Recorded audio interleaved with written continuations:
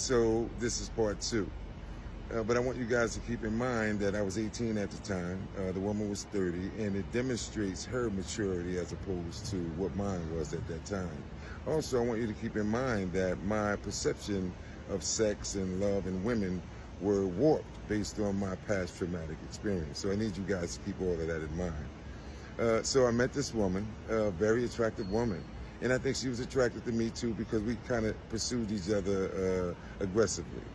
And not soon after we met, we were in the bed. And, you know, my intent was I'm going to make this woman say, I love you.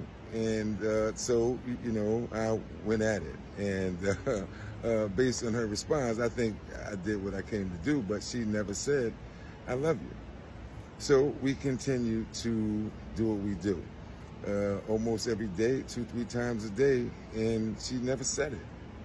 So after about a month, I asked her, like, hey, like, why you not saying it? And she said, looked me right in the face and said, hey, I mean, I'm not saying I love you because I don't.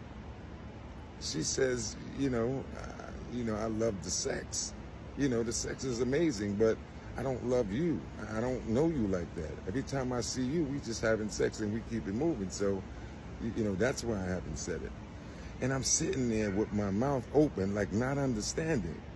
Because every time the abuser was climaxing, she would say, I love you. Make me look her in the face and she would say, I love you.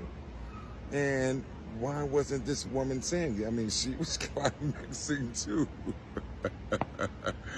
But why wasn't she saying it? And so my young, warped mind was confused. I was confused and I was baffled as to what I was doing wrong. I just didn't get it. So the girl came back and she says, well, if you want to continue to do it, we can still do it, but I just need you to know it's just sex. And it took another experience for me to put together in my head. Well, it was explained to me, but it took that experience, the other experience, for me to wrap my head around what's required for one person to love another intimately.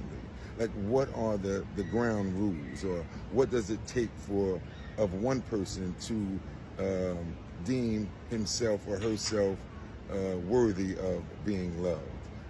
So it took another experience for me to kind of wrap my head around that, and I'll explain to you that experience in part 3. So stay grinding, stay focused.